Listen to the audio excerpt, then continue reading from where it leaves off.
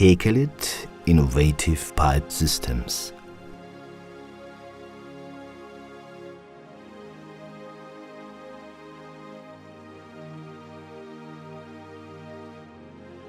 Please make sure that the machine is always securely attached near pipe clamp hangers.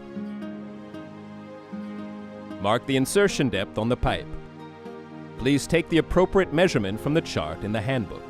With the slides fully separated, the free space between the pipe end and the form piece should be roughly 100 to 150 millimeters. Now please clamp the form piece and support it with the fixing angle. Set the timer, looking up the appropriate warm-up time for the pipe dimension from the chart. Take the hand welding mirror with the appropriate welding head WZ120 and place it between form piece and pipe. With the hand crank, the slides can be brought back together. Now begins the warm-up process.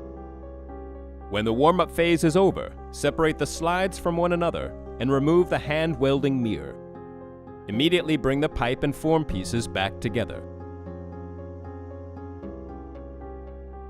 Pay attention to the cooling down time, which you can read from the chart, after which the pipe can be used at its full capacity.